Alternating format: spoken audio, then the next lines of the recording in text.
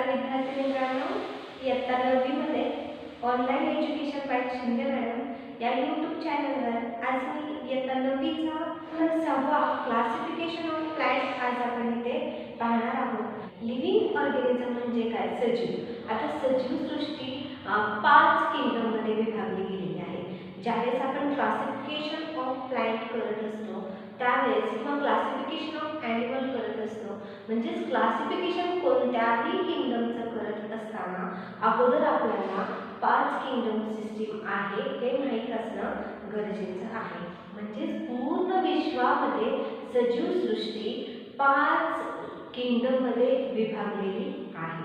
आता बघा, living organism 2 प्रकारचे असतात। एक लिव्हिंग ऑर्गॅनिझम प्रोकॅरियोटिक सेल मधला आहे तर युकॅरियोटिक सेल मधला आहे। तर प्रोकॅरियोटिक सेल म्हणजेच काय, ज्याला थोडक्यात मी समजण्यासाठी आपल्याला मी प्रोकॅरियोटिक सेलला अजून एक नाव सांगते।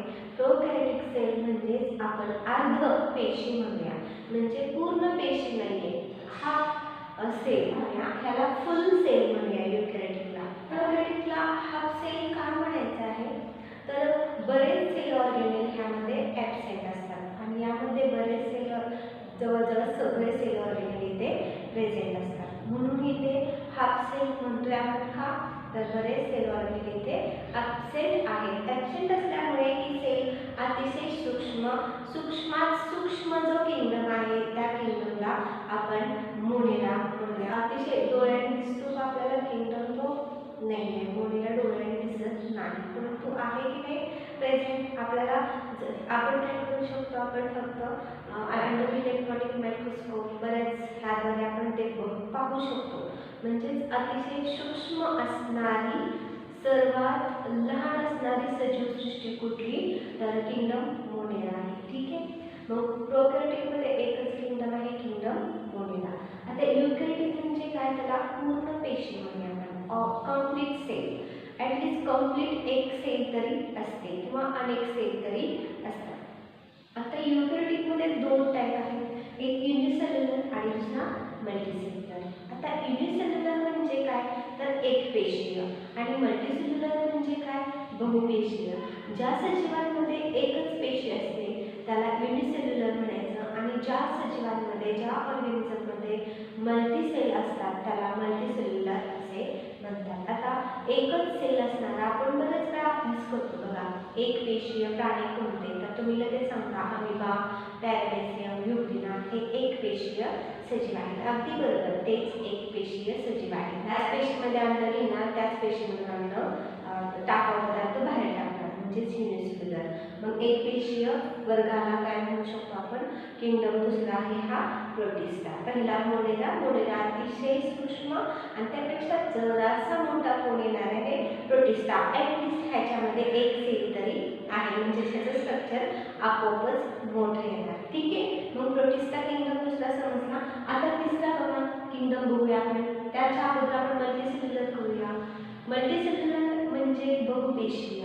बहुपेशीयचे 2 टाईप आहेत, ज्याच्यामध्ये अनेक पेशी असतात असे 2 आहेत। यामध्ये विथ सेल वॉल असणाऱ्या पेशी आणि विदाउट सेल वॉल असणाऱ्या पेशी। आता विथ सेल वॉल असणाऱ्या म्हणजेच तुम्हाला माहिती आहे आपण प्लॅन्ट बघा, प्लॅन्टचा अभ्यास करतो 8वी मध्ये तुम्हाला प्लॅन्ट सेलचं स्ट्रक्चर होतं अभ्यासण्यासाठी आणि दुसरं स्ट्रक्चर होतं ॲनिमल सेलचं स्ट्रक्चर होतं। आपण 8वी मध्ये फरक पण शिकलेलं होतं। प्लॅन्ट सेलमध्ये कडेने जी वॉल असते त्याला आपण म्हणतो cell wall present in plant cell आणि cell wall absent in animal cell. तर ॲनिमल सेल म्हणजे प्राणी पेशीमध्ये सेल वॉल नसतो आणि वनस्पती पेशीमध्ये सेल वॉल असतो, म्हणजे हे आपण 8वी मध्ये शिकलेलो आहोत। मग तोच भाग इथे येतोय बघा, म्हणजे सेल वॉल असणारे मल्टीसेल्युलर आणि सेल वॉल नसणारे मल्टीसेल्युलर। तर सेल वॉल असणारे मल्टीसेल्युलर कोण आहेत बघा, सेल वॉल असणारे मल्टीसेल्युलर ऑटोट्रॉफ्स अँड हेटेरोट्रॉफ्स। आता cell wall with cell wall म्हणजे सेल वॉल असणारे कोण आहेत ऑटोट्रॉफ्स आणि हेटेरोट्रॉफ्स। आता ऑटोट्रॉफ्स म्हणजे काय तर ऑटोट्रॉफ्सचा अर्थ आहे स्वयंपोषी, जे ज्या प्लॅन्ट्स किंवा ॲनिमल स्वतःचं अन्न स्वतः तयार करतात। ठीक आहे, स्वतःचं अन्न स्वतः तयार करणाऱ्याला ऑटोट्रॉफ्स असं म्हणतात आणि हेटेरोट्रॉफ्स म्हणजे काय दुसऱ्यावर अवलंबून असतात, स्वतःच्या अन्नासाठी दुसऱ्यावर अवलंबून असतात, तर हेटेरोट्रॉफ्स. आणि ॲटोट्रॉफ्समध्ये उदाहरणार्थ प्लॅन्ट्स. आता प्लॅन्ट्स स्वतःचं अन्न कसं तयार करतं, तर मातीतील न्यूट्रिशनवरून. ते माती म्हणजे काही जीव आहे का? नाही. म्हणजेच मातीतील न्यूट्रिशन ओढून स्वतःचं अन्न स्वतः करतं, कोणालाही मारत नाहीये. अशा पद्धतीने प्लॅन्ट्स जगतं, म्हणून प्लॅन्ट्सला आपण काय म्हणतो? ॲटोट्रॉफिक्स प्लॅन्ट्स आहे. ठीक आहे. ॲटोट्रॉफ्स कोण आहे? तर प्लॅन्ट. आपला तिसरा किंगडम आपल्याला मिळाला, किंगडम प्लॅन्ट. ठीक आहे. आणि आता चौथा किंगडम आपण बघतोय तो हेटेरोट्रॉफ्सच्या स्वरूपात. म्हणजे फंगस म्हणजे काय? पावाची बुरशी वगैरे त्यामध्ये येतात. आता फंगस कसं वाढतं, तर ते हेटेरोट्रॉफिक आहे. फंगस जनरली काय आहे? एक मार्काचा तुम्हाला प्रश्न पण फिल इन द ब्लँक्समध्ये येतो, dash dash is a heterotrophic. तर फंगस वर्गाची, फंगी वर्गाची जे आहे ऑर्गॅनिझम ते आपले कशामध्ये येतात, तर फंगस हे कशामध्ये येतात? हेटेरोट्रॉफिक्स. आता हेटेरोट्रॉफिक्समध्ये काय येतात ते, तर तुम्हाला माहिती आहे पावावरती वाढते, चपातीवरती वाढते, लेदरचे शूजवरती वाढते. म्हणजेच ते प्लॅन्ट्सवरती वाढतात आणि ॲनिमल्सवरती फंगस वाढतात. आणि हे फंगस आहे ते कशावर वाढतात, तर प्लॅन्ट्स हा पण जीव आहे, ॲनिमल हा पण जीव आहे. म्हणजे दुसऱ्याच्या जीवावर जे जगतं त्याला आपण काय म्हणू शकतो? फंगी म्हणतो.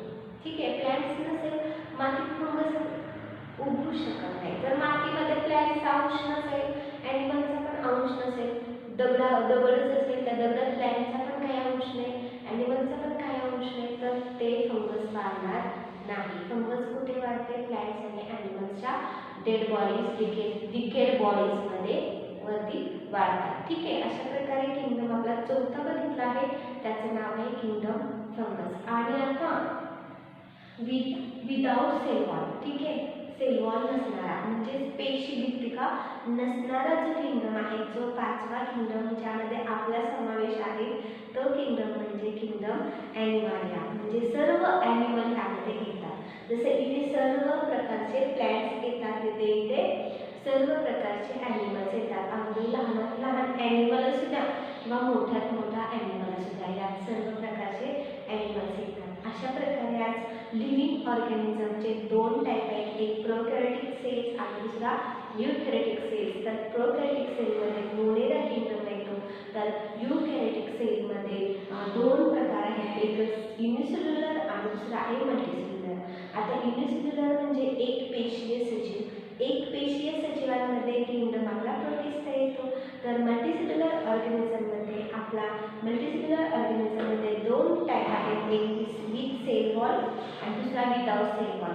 तर विथ सेल वॉलमध्ये दोन आहेत, त्यामध्ये एक ॲटोट्रॉफिक प्लॅन्ट आहे, तर हेटेरोट्रॉफिक फंगी आहे. तर विदाउट सेल वॉलमध्ये कोण आहे, तर आपला किंगडम ॲनिमलिया आहे. अशा प्रकारे 5 किंगडम सिस्टीममध्ये आपली पूर्ण सृष्टीचे सजीव, ज्याला आपण लिव्हिंग ऑर्गॅनिझम म्हणजे सजीव समावलेले आहे. समजलं का सर्वांना? ठीक आहे. किंगडम प्लॅन्टी म्हणजे सृष्टी वनस्पती, यामध्ये किंगडम प्लॅन्टीचे दोन कॅटेगरीत विभागणी पडलेली आहे बघा. पहिला आहे त्याचं नाव आहे क्रिप्टोगॅमस आणि दुसरा आहे फेनोगॅमस. आता क्रिप्टोगॅमस कशाला म्हणायचं? क्रिप्टोचा अर्थ हिडन म्हणजे लपलेला, हिडन लपलेला. गॅमस म्हणजे काय? Reproductive organ. म्हणजे ज्यामध्ये हिडन असतो, रिप्रोडक्टिव्ह ऑर्गन लपलेल्या स्वरूपात असतो, त्याला क्रिप्टोगॅमस असे म्हणतात. आणि ज्यामध्ये रिप्रोडक्टिव्ह ऑर्गन वरून दिसतो, म्हणजे फ्लावरच्या स्वरूपात, सीडच्या स्वरूपात दिसून येतो. म्हणजेच काय? रिप्रोडक्टिव्ह ऑर्गन दिसून येतो, वरून दिसून येतो, त्याला फेनोगॅमस असे म्हणतात. आता क्रिप्टोगॅमसमध्ये हिडन स्वरूपात म्हणजेच कुठल्या स्वरूपात, ज्याला आपण स्पोर्स पण म्हणू शकतो, स्पोरद्वारे ह्याचं रिप्रोडक्शन होतं. क्रिप्टोगॅमसचं रिप्रोडक्शन स्पोरद्वारे होतं. आणि त्याचे 3 टाईप आहेत बघा. क्रिप्टोगॅमसचे 3 टाईप आहेत. पहिला टाईप आहे थॅलोफायटा, दुसरा टाईप आहे ब्रायोफायटा आणि तिसरा टाईप आहे टेरिडोफायटा. म्हणजेच क्रिप्टोगॅमस म्हणजे याचा अर्थ काय समजून घ्या अगोदर. क्रिप्टोगॅमस म्हणजे काय, तर क्रिप्टोगॅमस ज्याचे रिप्रोडक्टिव्ह ऑर्गन हिडन स्वरूपात असतात, लपलेल्या स्वरूपात असतात. फॉर एक्झाम्पल त्याला आपण म्हणूया स्पोर्स. स्पोर्स कसे असतात? हिडन स्वरूपात असतात. त्या वनस्पतीला म्हणायचं आहे माणूस वनस्पती, त्याचे 3 टाईप आहेत. एक आहे थॅलोफायटा, दुसरा ब्रायोफायटा, तिसरा टेरिडोफायटा. असे 3 प्रकारचे त्याचे काय आहेत वनस्पती प्लांट्स आहेत. ठीक आहे. आता थॅलोडोडॅक्टिस म्हणजेच काय, त्याचे 2 टाईप आहेत बघा. एक आहे जिम्नोस्पर्म आणि दुसरा आहे अँजिओस्पर्म. ठीक आहे. तर अँजिओस्पर्म्स म्हणजे काय समजून घेऊया. ज्यामध्ये मोनोकॉटिलिडॉन्स असतात आणि ज्यामध्ये डायकॉटिलिडॉन्स असतात त्याला अँजिओस्पर्म म्हणतात. आता मोनोकॉटिलिडॉन्स म्हणजे काय, तर एक दल. ठीक आहे.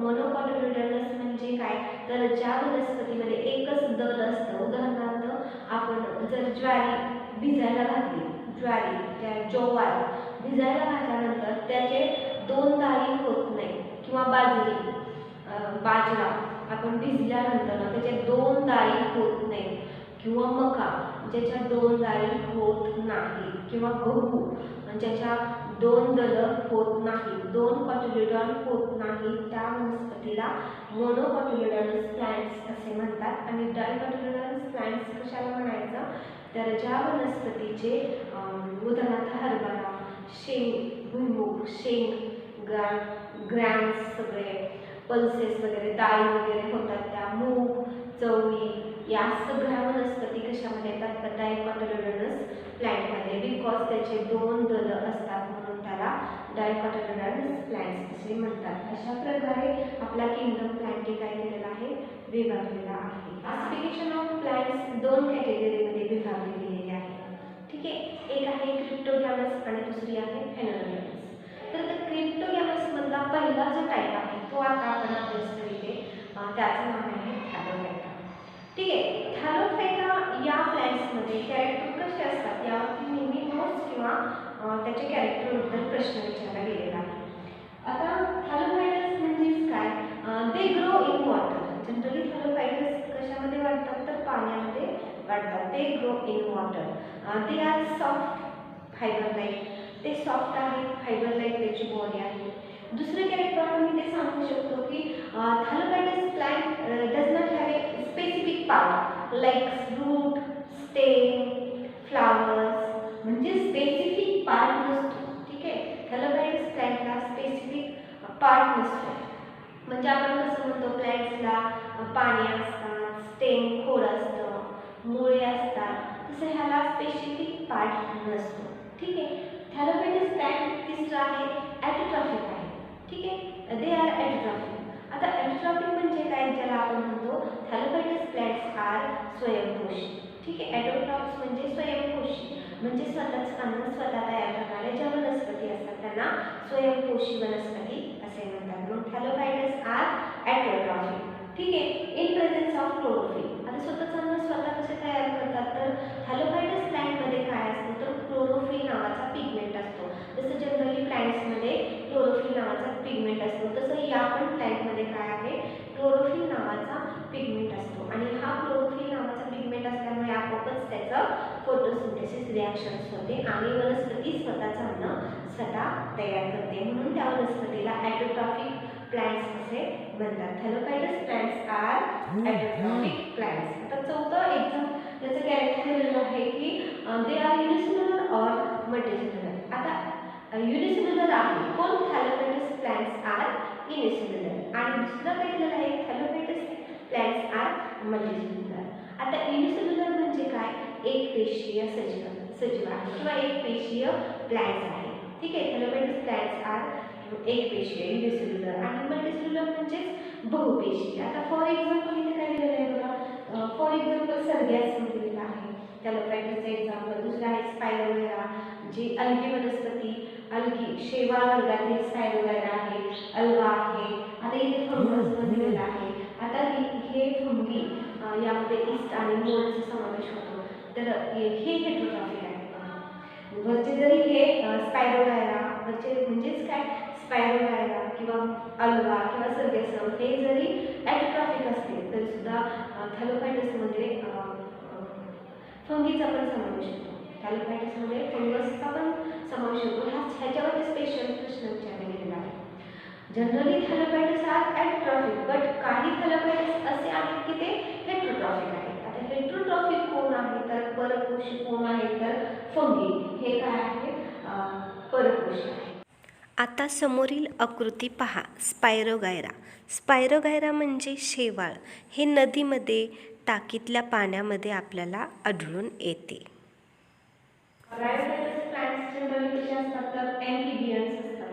तर त्या प्लांटला ॲम्फिबियन्स असे म्हणतात. कोणाला तर ब्रायोफायटस प्लांट्सला ॲम्फिबियन प्लांट्स असे म्हणतात. का ॲम्फिबियन्स प्लांट्स असे म्हणतात? Because they grow in moist soil in as well as water. ठीक आहे, म्हणजेच काय ओलसर मातीमध्ये पण हे प्लांट्स वाढतात आणि पाण्यामध्ये पण हे वाढतात. जसं आपण फ्रॉगचं एक्झाम्पल घेतलं, फ्रॉग या ॲनिमलला आपण ॲम्फिबियन ॲनिमल्स असे म्हणतो because they grow in land as well as in water. तर हे प्लांट्स ब्रायोफायटस प्लांट्स ओलसर मातीत पण वाढतं आणि कशामध्ये वाढतं? पाण्यामध्ये वाढतं. परंतु ह्याचं रिप्रोडक्शन ज्यावेळेस होतं म्हणजे एका प्लॅन्टचे अनेक प्लॅन्ट्स होत असताना त्याला पाण्याची खूप गरज असते. म्हणजेच रिप्रोडक्शनसाठी त्याला वॉटरची गरज असते. दुसरा कॅरेक्टर त्याचं असं आहे की तुम्हाला कॅरेक्टर सांगण्याच्या अगोदर मी तुम्हाला ब्रायोफायटस प्लॅन्टचं तुम्हाला एक्झाम्पल कुठे असतं, काय असतं ते आपण पाहूया. आता हे समोरील आकृतीचं निरीक्षण करा. हे निरीक्षण केल्यानंतर तुम्हाला असं दिसून येईल की अँथोसिरॉस नावाची जी प्लॅन्ट आहे ते आपल्या आजूबाजूच्या परिसरात आहे. तुम्ही पावसाळा सीझन आता चालूच आहे. या पावसाळ्या सीझनमध्ये तुम्हाला ब्रिक्सवरती, विटांवरती किंवा भिंतीवरती किंवा ओल्या जागे जिथे आपण पाण्याचा नळ वगैरे असतो अशा ठिकाणी एक हिरवी वनस्पतीचा एक लश ग्रीन असा हिरव्या वनस्पतीचे एकसारख्या प्रकारचे छोटे छोटे वनस्पती असतात आणि त्याची एक अशी फ्लॅट अशी एवढी जाडसर अशी लेअर तयार झालेली असते बघा, जिथे पाण्याचा भाग जिथे जास्त असतो. तर आपण म्हणतो शेवाळासारखंच दिसतं, परंतु थोडे छोटे प्लांट्स असतात ते आणि एकसारखेच असतात. तुम्ही जर ते असं जर ओढलं तर तुम्हाला असा पूर्ण बॉक्स असा निघेल. तर त्या बॉक्सला असं थोडंसं दाबून असं प्रेस करून बघितलं तर तुम्हाला एकसारख्या वनस्पती तुम्हाला दिसेल आणि असंख्य प्रमाणात प्लांट्स तुम्हाला ते दिसून येतील. ते ब्रायोफायटस प्लांट्स अँथोसिरॉसमध्ये त्याचा समावेश होतो. तर अतिशय लहान अशा हिरवं लश ग्रीन विटांवरती जनरली किंवा सिमेंटच्या बांधकामावरती जिथे ओली जागा आहे त्या ठिकाणी ही वनस्पती वाढते. आत्ता सध्या सीझनला तुम्हाला दिसून येईल कारण पावसाळा सीझन चालू आहे. तर ते ब्रायोफायटस प्लांट्स आहेत. तर ब्रायोफायटस प्लांट्स ॲम्फिबियन आहेत. तर दुसरं कॅरेक्टर काय आहे? त्याची बॉडी थॅलॉइड आहे. म्हणजे एकसारखेच ते प्लांट्स छोटे प्लांट्स एकसारखे प्लांट्स असतात आणि त्याचं काय बनतं? थॅलस बनतं. थॅलॉइड बॉडी आहे त्याची आणि मल्टीसेल्युलर आहे म्हणजे बहुपेशी आहे. त्यात बऱ्याच पेशी आहेत त्या प्लांट्समध्ये म्हणजेच मल्टीसेल्युलर आहे. तिसरं कॅरेक्टर आहे ॲटोट्रॉफिक म्हणजे स्वयंपोषी आहे. तुम्हाला तर मी सांगितलं आता ते विटांवरती असतात तर ते स्वयंपोषी असतात. कोण? तर ब्रायोफायटस प्लांट्स आर ॲटोट्रॉफिक म्हणजे स्वयंपोषी असतात. आता तिसरं कॅरेक्टर बघा, ब्रायोफायटस प्लांट्स रिप्रोड्यूस बाय स्पोर्स. म्हणजेच काय ते छोटे प्लांट्स असतात, ब्रायोफायटस प्लांट्स असतात त्याला स्पोर्स असतात. आता तुम्ही 3 डायग्राम तुम्हाला बघितले असतील. या 3 डायग्राममध्ये तुम्हाला दाखवलं आहे बघा, एक असाच आलेला आहे आणि कॅप्सूल आलेला आहे आणि त्या कॅपमध्ये तुम्हाला कॅप ज्यावेळेस बस्ट होईल त्यावेळेस त्यामध्ये काय असणार आहे? स्पोर्स असतात. ते स्पोर्स बाहेर पडतात आणि त्या स्पोर्सद्वारे दुसरं प्लॅन्ट तयार होतं. म्हणजे रिप्रोडक्शन कसं होतं थॅलोफायटस प्लॅन्टचं? रिप्रोडक्शन ब्रायोफायटस प्लॅन्टचं कसं होतं? तर स्पोरद्वारे रिप्रोडक्शन होतं. चौथं जे कॅरेक्टर आहे त्याचं ते पाहूया आपण. Body is long and ribbon like body म्हणजे एकसारखी बॉडी आहे ब्रायोफायटस प्लॅन्टची आणि लॉंग बॉडी आहे. तसेच पाचवे कॅरेक्टर काय दिलेलं आहे त्यांनी? True roots are absent also stems and leaves. बघा तर ब्रायोफायटसमध्ये स्टेम्स नसतात, लीव्स पण नसतात आणि ट्रू रूट्स पण ॲबसेंट असतात. म्हणजेच ब्रायोफायटस प्लॅन्ट्स तुम्ही केअरफुली एक प्लॅन्ट्स जर ऑब्झर्वेशन केलं तर तुम्हाला असं दिसून येईल की त्याला स्टेम पण नाही आहे, लीव्स पण नाही आहे आणि काय नाही आहे? लीव्स नाही आहे, स्टेम्स नाही आहे आणि त्याला नाही, एकसारखी बॉडी दिसणार तुम्हाला त्या प्लॅन्टची, म्हणून त्या प्लॅन्टला म्हणतो आपण roots are absent, also absent leaves and stems. Next character आहे bryophytes plants absent conductive tissue. Bryophytes plant हा कंडक्टिव्ह टिश्यू ॲबसेंट आहे. कंडक्टिव्ह टिश्यूमध्ये आपण ज्याचं उदाहरण घेतो झायलेम आणि फ्लोएम. म्हणजे झायलेम म्हणजे वॉटर वाहून नेणारी आणि फ्लोएम म्हणजे काय, फूड वाहून नेणारी. म्हणजेच ह्या दोन कंडक्टिव्ह टिश्यू आहेत प्लॅन्ट्समधल्या, त्या कंडक्टिव्ह टिश्यू ह्याच्यामध्ये काय आहेत, ॲबसेंट आहेत. आणि एक्झाम्पल यामध्ये आपण देऊया मॉस आणि अँथोसिरस. आता मॉस आणि अँथोसिरस हे त्याचं एक्झाम्पल आहे. अशा प्रकारे आज आपण पाहिलेलं आहे की ब्रायोफायटस प्लॅन्ट्सचे कॅरेक्टर. आता यानंतर आपण पाहणार आहोत टेरिडोफायटसचे कॅरेक्टर. प्लॅन्टचं क्लासिफिकेशन आपण शिकत असताना त्याचा तिसरा जो टाईप आहे तो आपण बघणार आहोत की टेरिडोफायटा. आता टेरिडोफायटस प्लॅन्ट्स कसे असतात याच्यावरती सुद्धा तुम्हाला 2 मार्काची नोट्स विचारली जाते, ती आपण पाहूया. इथे pteridophytes plants are well developed root stems and leaves, हे त्याचं पहिलं कॅरेक्टर आहे. म्हणजे टेरिडोफायटस प्लॅन्ट्समध्ये चांगल्या प्रकारे रूट्स असतात, स्टेम्स असतात आणि लीव्स पण असतात. म्हणजेच वेल डेव्हलप झालेले असतात. कोण, रूट, स्टेम्स आणि लीव्स. दुसरं कॅरेक्टर यामध्ये लिहूया आपण सेपरेट कंडक्टिव्ह टिश्यू असते, ज्याला आपण सेपरेट झायलेम, जल वाहण्यासाठी झायलेम असते तर फूड वाहण्यासाठी फ्लोएम असते. म्हणजेच काय, टेरिडोफायटस प्लॅन्टमध्ये सेपरेट कंडक्टिव्ह टिश्यू असतात, म्हणजे झायलेम आणि फ्लोएम वेल डेव्हलप्ड असतात. तिसरं कॅरेक्टर आहे टेरिडोफायटसचं की pteridophytes are reproduced by the spore formation. आता स्पोरद्वारे रिप्रोडक्शन होतं. टेरिडोफायटस प्लॅन्टचं रिप्रोडक्शन कशाद्वारे होतं, स्पोरद्वारे होतं. बायसेक्शुअली पण रिप्रोडक्शन होतं आणि असेक्शुअली पण रिप्रोडक्शन होतं. तर यामध्ये फर्न एक्झाम्पल घेऊया आपण. फर्न नेचे वर्गातील वनस्पती. आता समोरील आकृतीचे निरीक्षण करा. यामध्ये फर्न म्हणजे नेचे वर्गातील वनस्पती आणि तिच्या पानाच्या खालच्या बाजूला असणारे तुम्हाला स्पोर्स दिसतात. तर दुसरे एक्झाम्पल आहे सिलेजनेला. सिलेजनेलाच आपण मोरपंखी म्हणतो. या नेचे वनस्पतीमध्ये लीव्हच्या पोस्टेरियर साईडला, पाठीमागच्या साईडला, ज्याला आपण म्हणतो खालच्या साईडला, लीव्हच्या खालच्या साईडला आपण डॉटेड डॉटेड डॉटेड तुम्हाला काय दिसतील, ते स्पोर्स दिसतील आणि ह्या स्पोर्सद्वारे त्याचं काय होतं, रिप्रोडक्शन होतं.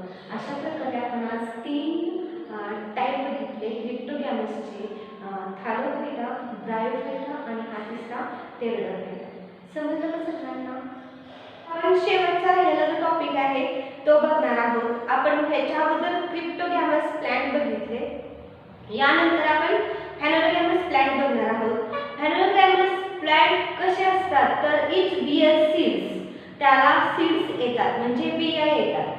जे फॅनोलोगॅमस प्लॅन्ट्स असतात त्यांना बिया येतात, ठीक आहे. आणि स्पेशल ह्या प्लॅन्ट्समध्ये स्पेशल रिप्रोडक्टिव्ह पार्ट असतो, म्हणजे रिप्रोडक्टिव्ह ऑर्गन असतो, रिप्रोडक्टिव्ह स्पेशल टाईप असतो. रिप्रोडक्टिव्ह ऑर्गन असल्यामुळे एक स्पेशल रिप्रोडक्टिव्ह ऑर्गन असतो, उदाहरणार्थ फ्लावर. अशा प्रकारे रिप्रोडक्टिव्ह ऑर्गन असल्यामुळे त्याला फॅनोलोगॅमस असे म्हणतात.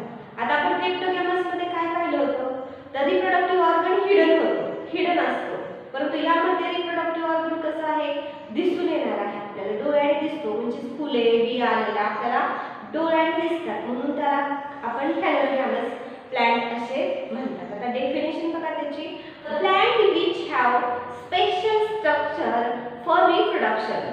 The plant which have special structure for reproduction, म्हणजे ज्या प्लॅन्टमध्ये रिप्रोडक्शनसाठी स्पेशल स्ट्रक्चर असतं त्या प्लॅन्टला आपण फॅनोलोगॅमस प्लॅन्ट्स असे म्हणतात. फॉर एक्झाम्पल सीड्स, फ्लावर्स असतात, त्याला म्हणायचं फॅनोलोगॅमस प्लॅन्ट्स, ठीक आहे. यामध्ये 2 टाईप आहेत बघा. फॅनोलोगॅमस प्लॅन्टमध्ये 2 टाईप आहेत, एक आहे जिम्नोस्पर्म आणि दुसरा आहे अँजिओस्पर्म. आता जिम्नोस्पर्म म्हणजे नेमकं काय ते पाहूया आपण. जिम्नोस्पर्म प्लॅन्टमध्ये जिम्नोस्पर्म प्लॅन्ट हे कसं आहे, मेनली एव्हरग्रीन आहे बघा.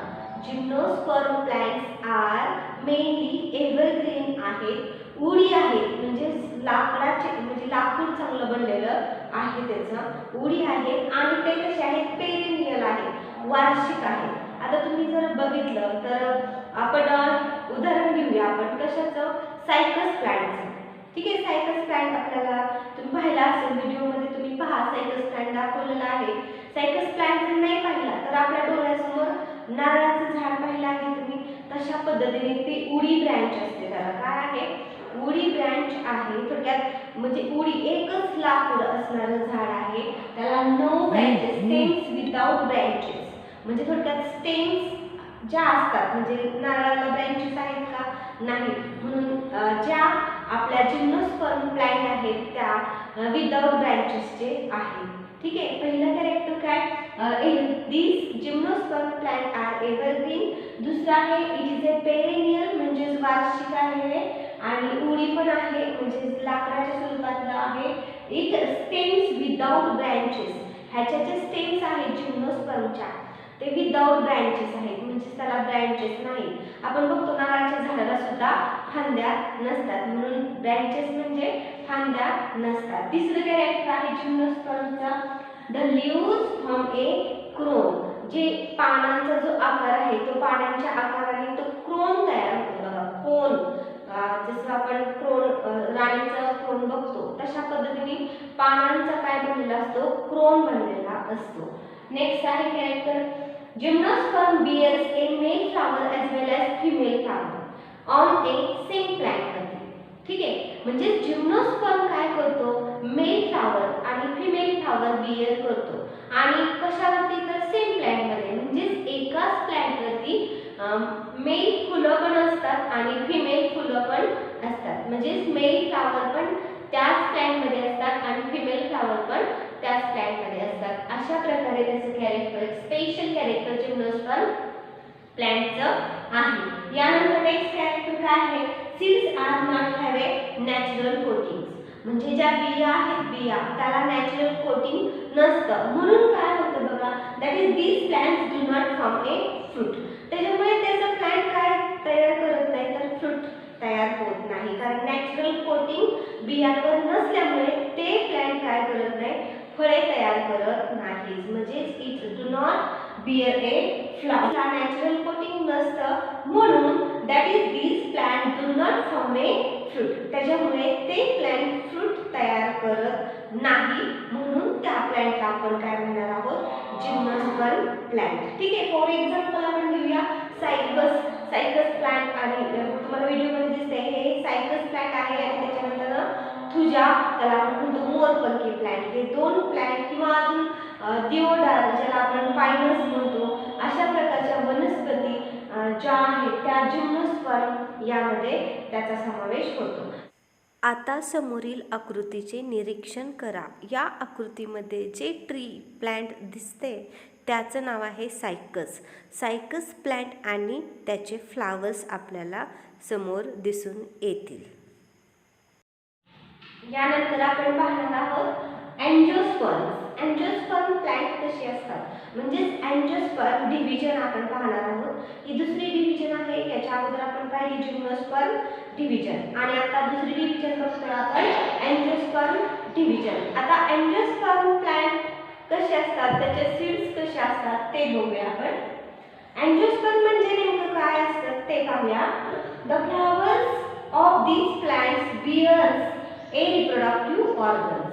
The flowers of this plant म्हणजे एंजिओस्पर्म प्लांटचे फ्लावर रिप्रोडक्टिव्ह ऑर्गनचं काम करतात. रिप्रोडक्टिव्ह ऑर्गन म्हणजेच काय, प्रजननाचा ऑर्गन. उदाहरणार्थ रिप्रोडक्शन कशाद्वारे होतं, बाय सीड्सद्वारे. मग सीड्स हा वेल डेव्हलप्ड सीड्स तयार झालेले असतात एंजिओस्पर्म मध्ये आणि त्याद्वारे काय होते, नवीन प्लांट तयार होते. म्हणून flowers develop a fruit. Flower काय करतात, त्याच्यात ते फ्रूट डेव्हलप होतात. म्हणजे सुरुवातीला फ्लावरच वेल डेव्हलप असतात आणि फ्लावर चांगले तयार झाले की त्याच्यापासून फ्रुट्स ते पण चांगले होतात आणि त्या फ्रुट्स पासून पुन्हा सीड्स पण चांगल्या प्रकारे तयार होतात. म्हणजेच परिपक्व बिया, फुले या एंजिओस्पर्म मध्ये होत असतात. मग ह्याची डेफिनेशन बघा. The flower of this plants bears their reproductive organ. Flower आहेत आणि फ्लावर डेव्हलप करतात फ्रूट. फ्लावर डेव्हलप करतात फ्रूट अँड सीड्स डेव्हलप करतात. अशा प्रकारच्या ज्या प्लांट्स असतात त्याला आपण काय म्हणणार आहोत, अँजिओस्पर्म असे म्हणणार आहोत. फॉर अँजिओसचाच अर्थ तुम्हाला अजून एकदा सांगते. अँजिओस म्हणजे कव्हर आणि स्पर्म्स म्हणजे सीड्स. म्हणजेच अँजिओस म्हणजे कव्हर असतो, बियांच्या वरून कव्हर असतो, आणि सीड्स म्हणजे बिया. ठीक आहे, बियांच्या वर कव्हर असणे त्याला म्हणतात अँजिओस्पर्म्स. अजून एकदा सांगते, या अँजिओस्पर्म प्लांट नेमके कसे असतात, तर या प्लांटचे जे फ्लावर्स असतात ते वेल डेव्हलप्ड असतात, आणि फ्लावर चांगले असल्यानंतर flower it is an reproductive organ असतो, आणि रिप्रोडक्टिव्ह ऑर्गन असल्यामुळे त्या फ्लावरद्वारे फ्रुट्स तयार होतं, आणि त्या फ्लावरद्वारे सीड्स पण तयार होते. अशा प्रकारच्या प्लांट्सला आपण काय म्हणणार आहोत, अँजिओस्पर्म म्हणणार आहोत. फॉर एक्झाम्पल मस्टार्ड, ज्वार, बाजरा, मेज या सगळ्यांचा समावेश. बिया तयार होतात, उदाहरणार्थ बिया कशाच्या तयार होतात, फळे तयार होतात. उदाहरणार्थ फळे कशाची तयार होतात, तर फळांमध्ये बिया पण चांगल्या प्रकारे असतात. ते सगळे प्लांट्स ह्याच्यामध्ये येतात, अँजिओस्पर्म प्लांटमध्ये येतात. आता अँजिओस्पर्म मध्ये दोन टाईप आहेत बघा, एक मोनोकॉट आणि दुसरा डायकॉट. आता मोनोकॉट म्हणजे काय आणि डायकॉट म्हणजे काय ते आपण सांगूया.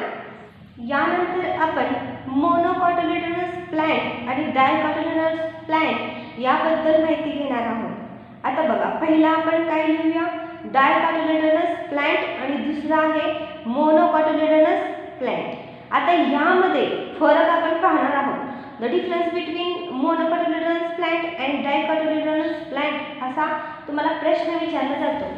यानंतर आपण याचा फरक पाहणार आहोत. बघा, डायकॉटिलेडोनस प्लांट कसे असतात तर त्याच्या सीड्स कशा असतात त्या सर्वप्रथम आपण बघूया. आता seeds of dicotyledonous plant are two cotyledonous. म्हणजेच काय, सीड्स आर टू कॉटिलेडोनस म्हणजेच बिया द्विदल असतात. द्विदल म्हणजेच आपण उदाहरण घेऊया, हरभरा.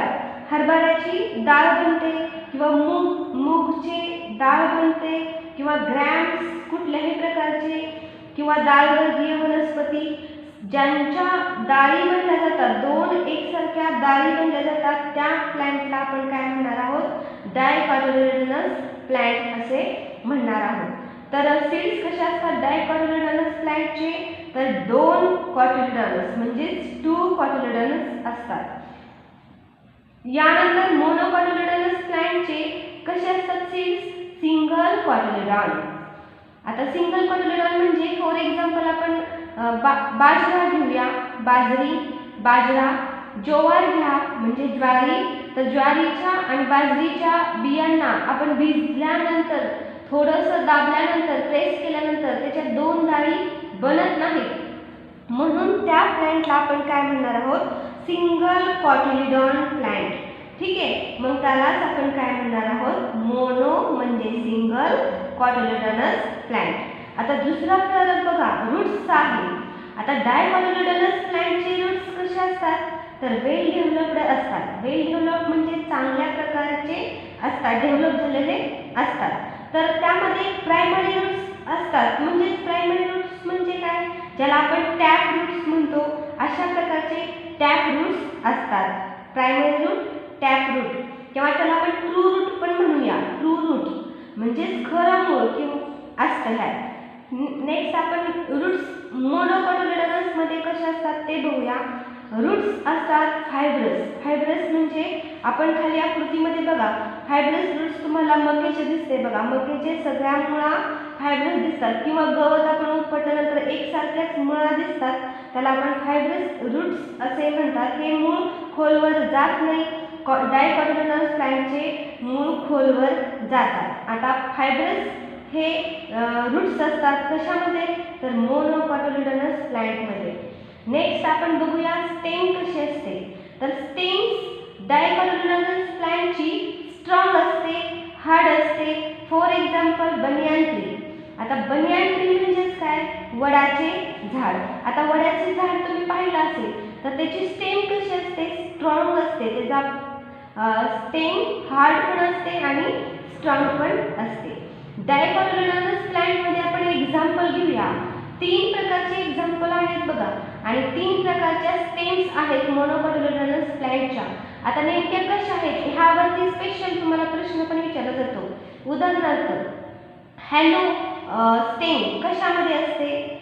हॅलो स्टेम कशामध्ये असते? तर मोनोकोटिलेडोनस प्लांटमध्ये असते. फॉर एक्झाम्पल त्याचं काय आहे तर बांबू. बांबूचं झाड जर बघितलं आपण तर बांबू मधून पोकळ असतो.